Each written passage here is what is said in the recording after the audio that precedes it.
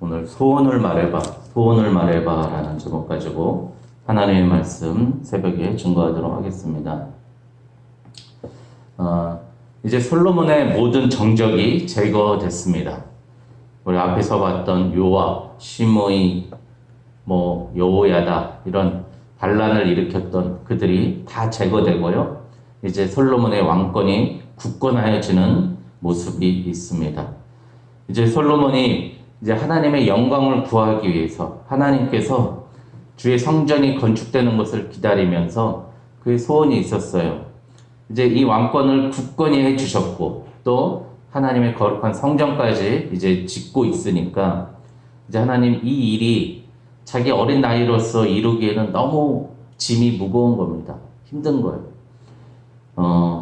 정말 아버지는 이제 돌아가셨지. 자기가 또 명분도 그렇게 크진 않았지만 자기의 형 아도니아를 죽여버리고 이제 자기가 나라를 이끌어 갈 때 얼마나 부담스럽고 힘들었겠습니까? 그래서 다들 보면은 북한도 그러잖아요. 이렇게 왕이 바뀌면 이렇게 조금 한 몇 년 동안은 조용히 있잖아요. 아무것도 안 하고 자맹하는 듯이 조용히 있잖아요. 그때 이제 이렇게 숙청 작업도 하고 그렇게 권력을 강하게 하는 것 같습니다. 이 솔로몬도 그런데 이제 막상 맡고 나니까 할 일이 너무 많은 거예요. 이 후반부에 나왔던 말씀처럼 이 재판도 다 해야 되고, 그러니까 사법권이 왕에게 있었죠. 지금은 삼권이 분리되어 있지만, 그러니까 입법권은 거기 이스라엘은 말씀이 그 법이었지 않습니까? 그러니까 국회도 필요 없고 사법부도 필요가 없는 거죠. 입법은 하나님의 말씀으로 하고 또 재판은 왕이 행정하고 재판까지 다 했기 때문에 어린 사무엘에 비해서는 솔로몬에 비해서는 너무 힘들고 어려운 일을 하고 있었습니다. 그래서 이제 그가 생각하기에 이제 너무 힘드니까 자기가 기브온으로 가서 기브온이 이제 가장 큰 제단이 있었던 터입니다. 그래서 거기 가서 일천 번제를 드립니다. 3장 4절에 보니까 이에 왕이 제사하러 가서 기브온으로 가니 거기는 산당이 큼이라 솔로몬이 그 제단에 일천 번제를 드렸다고 그럽니다.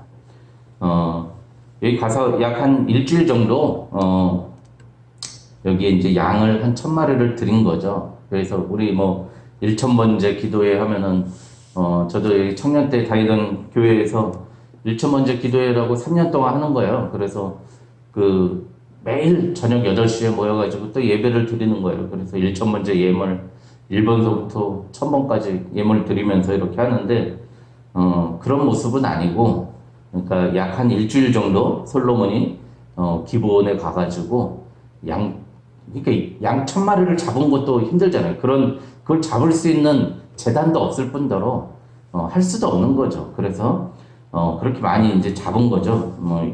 1000마리 양을 잡아서 하나님 앞에 드리면서 하나님께 구하는 거예요. 내가 진짜 맡아보니까 너무 힘듭니다. 중압감이 너무 많습니다. 이런 그 간절한 소망이 있었어요. 솔로몬이 그런 소망이 있었다는 거예요. 여러분, 제가 보니까 자리가 사람을 만드는 것 같습니다. 그 자리에 가면 그 자리에 담당할 만한 일을 할 수 있는 능력을 하나님 앞에 구할 수밖에 없어요. 그래서 그가 기브온에서 밤에 이제 잠을 자고 있는데 여호와께서 솔로몬의 꿈에 나타났다고 합니다. 5절에 보니까 기브온의 밤에 여호와께서 솔로몬의 꿈에 나타나니라.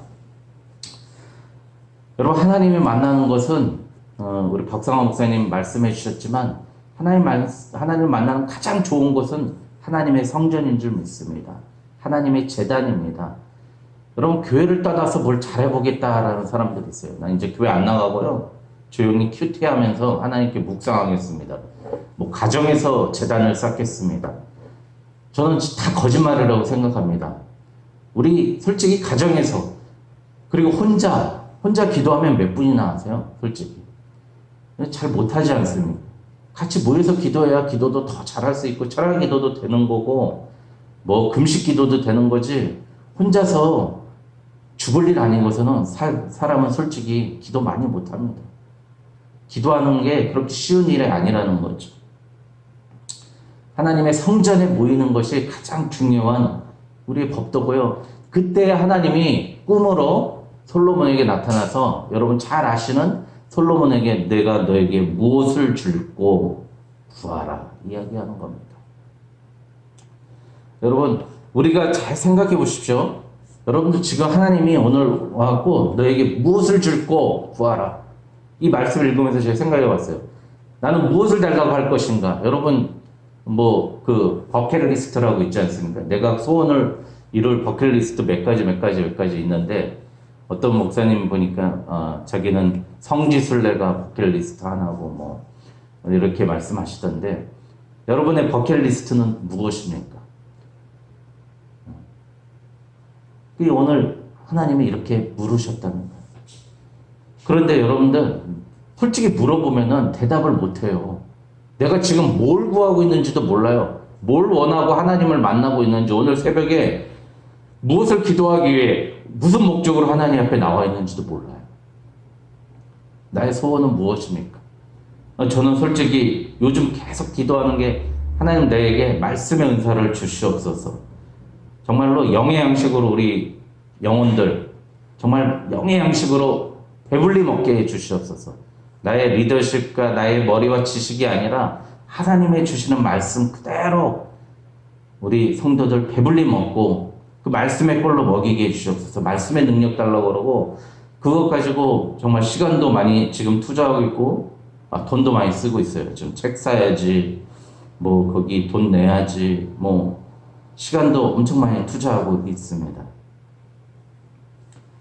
자기의 시간과 돈이 투자되는 것, 내가 보고 있는 것이 나의 소원 아니겠습니까?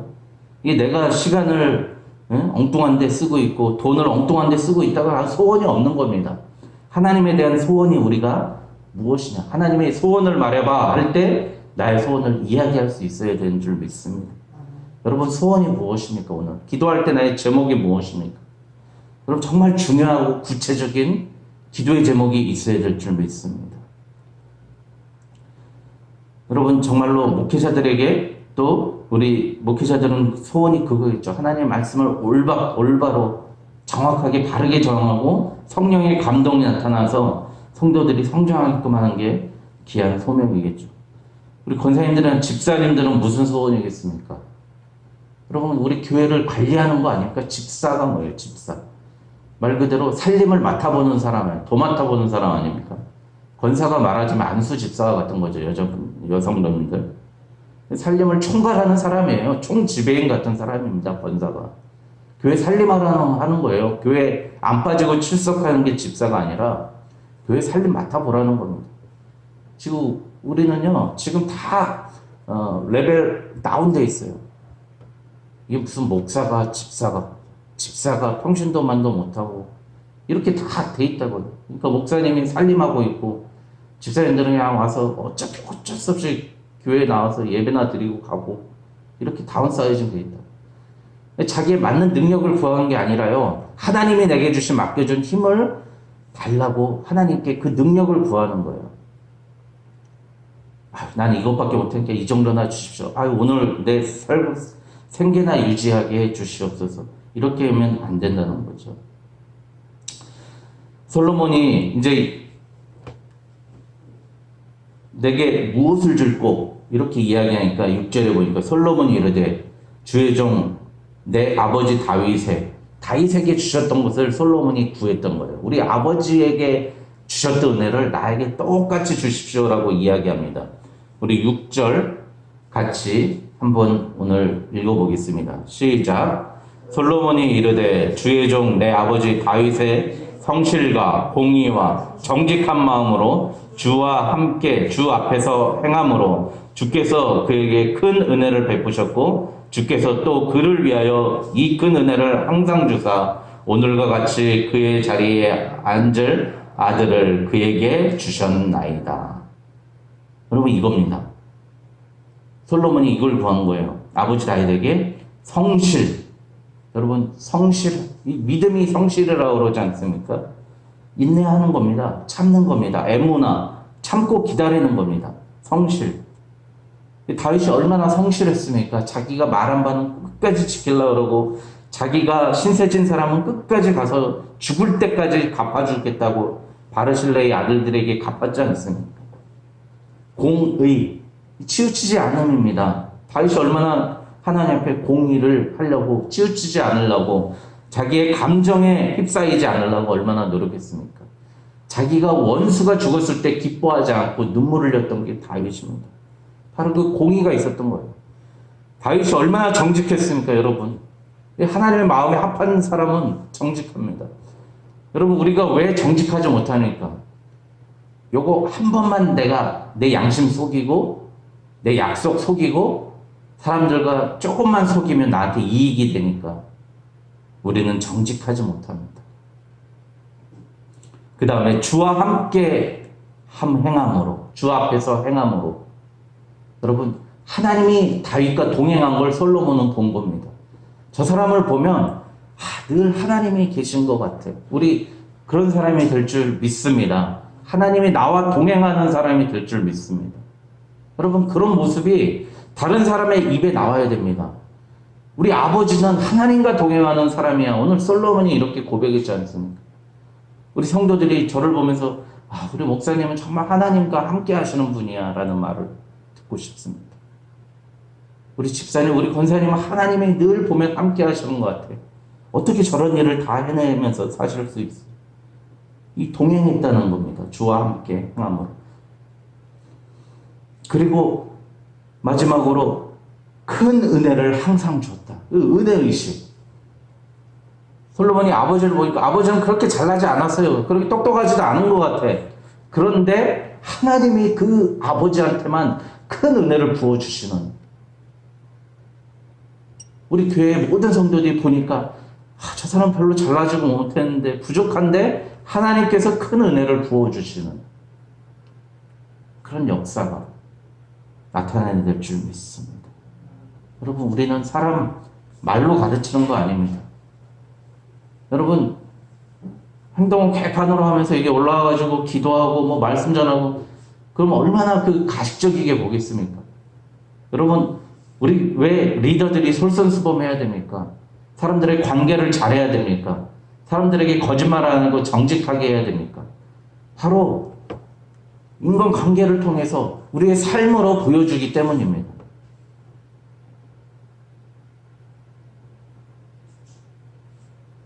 우리 삶이 메시지인 거예요. 말 그대로. 우리의 모습이 메시지고요. 우리의 표정이 메시지. 제가 옛날에 글 쓴 적인데 우리 얼굴이 한 장의 전도지가 되어야 될 줄 믿습니다. 여러분, 우리 얼굴이 전도지예요. 여러분, 아들은 아버지의 뒷모습을 보면서 배운다고 그러지 않습니까? 말로 배우는 게 아니더라고요. 제자 훈련 어쩌고저쩌고 막 하고 성경 공부 이렇게 붙잡고 막 하는데 그게 중요한 게 아니에요. 그 사람한테 다가가서 나의 진심 어린 마음으로 그 사람을 사랑해주고요, 베풀고 아껴주는 겁니다. 그래서 왜 김창옥 씨 강의 중에 마음이 너무 아픕니까? 그게 진심으로 했기 때문입니다 라는 강의 제목이 있더라고요. 마음이 아픕니까? 진심으로. 그래서 우리 하나님의 일 하는 사람들은 늘 마음이 아픈 겁니다. 진심으로 그 사람을 사랑하기 때문에 그 사람이 떠나고 그 사람이 배신하고 그 사람이 먼 데로 돌아가 버리고 외면할 때 마음이 아픈 거예요. 마음이 아파야 정상인 거죠. 우리는 진심으로 우리의 삶으로 행하기 때문입니다. 7절에 그러니까 또 솔로몬이 이렇게 이야기합니다. 나의 하나님 여호와여, 주께서 주의 종 아버지 다윗을 대신하여 왕이 되게 하셨사오나 종은 작은 아이라 출입할 줄을 알지 못하고. 여러분, 솔로몬이 얼마나 지혜롭고 겸손합니까? 나는 아이라, 나는 애기입니다. 아무것도 모릅니다. 언제 나갈지 언제 들어올지 출입도 알지 못합니다. 이 출입이라는 말이 행동이지 않습니까? 뭘 어떻게 행동해야 될지도 모릅니다. 우리 이런 마음으로 살아야 됩니다. 하나님, 오늘 내 발걸음을 주장하여 주시옵소서. 어떻게 할지 모릅니다 라는 마음을 가져야 됩니다.